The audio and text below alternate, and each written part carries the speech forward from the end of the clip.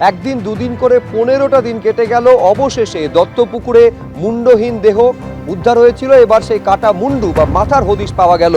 15 দিন সময় লাগলো বামনগাছির পুকুরে এই কাটা মাথা খুঁজতে। ধৃতদের ঘটনাস্থলে নিয়ে গিয়ে পুনর্নির্মাণ করলো পুলিশ। এই পুনর্নির্মাণের সময় খোঁজ মিলল কাটা মুন্ডুর। 5ই ফেব্রুয়ারি আপনারা জানেন যে দত্তপুকুরের বাজিতপুরে দুষ্কৃতীর মুন্ডহীন দেহ উদ্ধার হয়। একাধিকবার এই পুকুরে নেমে তল্লাশি পর্যন্ত চালানো হয়, কিন্তু তখন মুন্ডুর হদিশ পাওয়া যায়নি।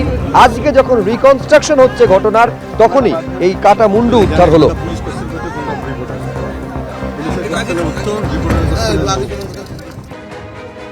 কয়েকদিন আগে যে রিঙ্গার ল্যাক্টের স্যালাইন নিয়ে রীতিমতন উত্তাল হয়েছিল বঙ্গ রাজনীতি, মেদিনীপুর হাসপাতালে সেই বিষাক্ত স্যালাইনের অভিযোগ সামনে এসেছিল।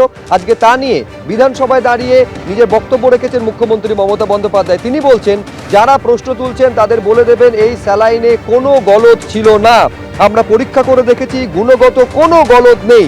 বিধানসভায় দাঁড়িয়ে স্যালাইন কাণ্ডেই দাবি করেছেন মুখ্যমন্ত্রী মমতা বন্দ্যোপাধ্যায়।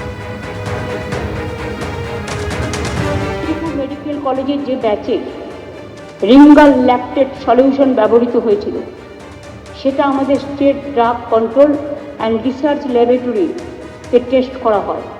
সেই ড্রাগ টেস্টিং অনুযায়ী দেখা গেছে যে তার কোয়ালিটিতে কোনো রকম গলদ নেই।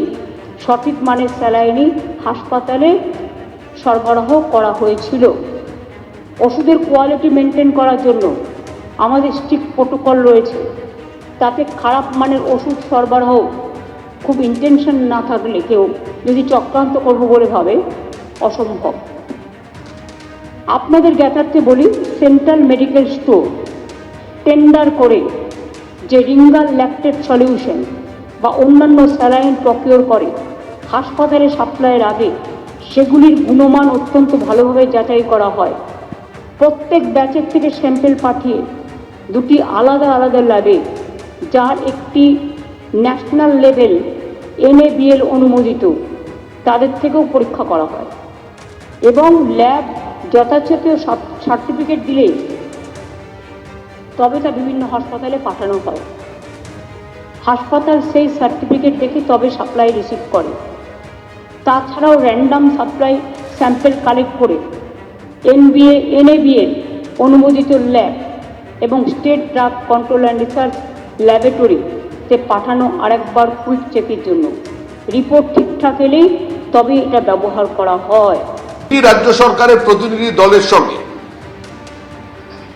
তার নিজের সরকারের সচিবরা যেদিন প্ল্যান্ট পরিদর্শন করে 10ই ডিসেম্বর তার উৎপাদনকে সম্পূর্ণ বন্ধ করার নির্দেশ দিয়েছিলেন, সেটা কি কারণে করেছিলেন?